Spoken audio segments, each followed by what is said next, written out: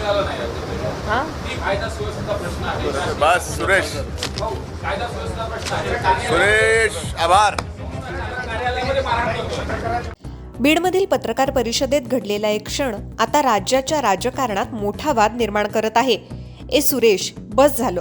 या एका वाक्यामुळे राजकीय आरोप प्रत्यारोपांना तोंड फुटलं असून काँग्रेसनं थेट पालकमंत्री सुनेत्रा पवार यांना गुंगी गुडिया अशी उपमा दिल्यानं नव्या वादाला सुरुवात झाली आहे. नेमकं काय घडलं आणि हा वाद इतका का पेटला, पाहूया या रिपोर्टमधून. 29 तारखेला पालकमंत्री सुनेत्रा पवार यांच्या घरी पुत्र पार्थ पवार यांचा साखरपुडा पार पडला. समारंभ उशिरापर्यंत सुरू असूनही दुसऱ्याच दिवशी म्हणजे 30 तारखेला सुनेत्रा पवार रस्ते मार्गे बीडमध्ये दाखल झाल्या. बीडमध्ये पोहोचल्यानंतर त्यांनी विविध बैठका घेतल्या. त्या रात्री उशिरापर्यंत प्रशासकीय आढावा सुरू होता. त्यानंतर दुसऱ्या दिवशी सकाळी पत्रकार परिषदेचं आयोजन करण्यात आलं होतं. या पत्रकार परिषदेत सुनेत्रा पवार यांच्यासोबत मंत्री धनंजय मुंडे देखील उपस्थित होते. पत्रकार परिषद जवळपास संपत आली असताना एका पत्रकारानं बीडमधील कायदा सुव्यवस्थेबाबत सुनेत्रा पवार यांना प्रश्न विचारला.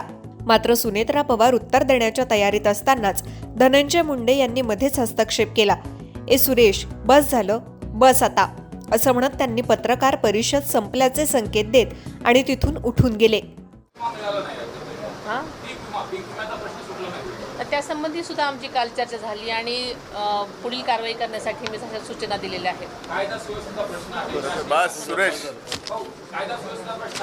सुरेश आभार.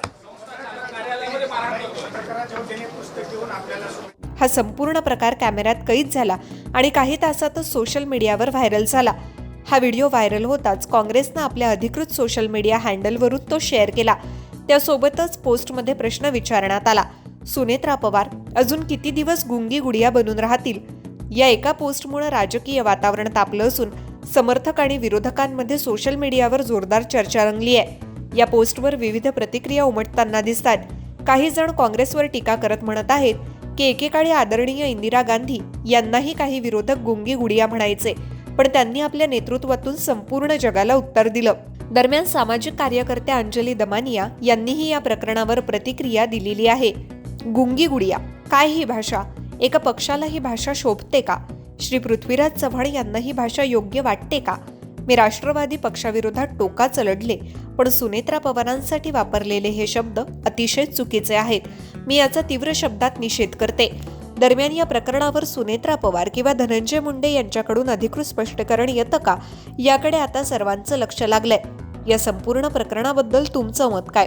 धनंजय मुंडे यांनी पत्रकार परिषदेत हस्तक्षेप करणं योग्य होतं का?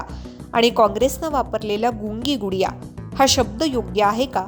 तुमचं मत आम्हाला कमेंट करून नक्की सांगा.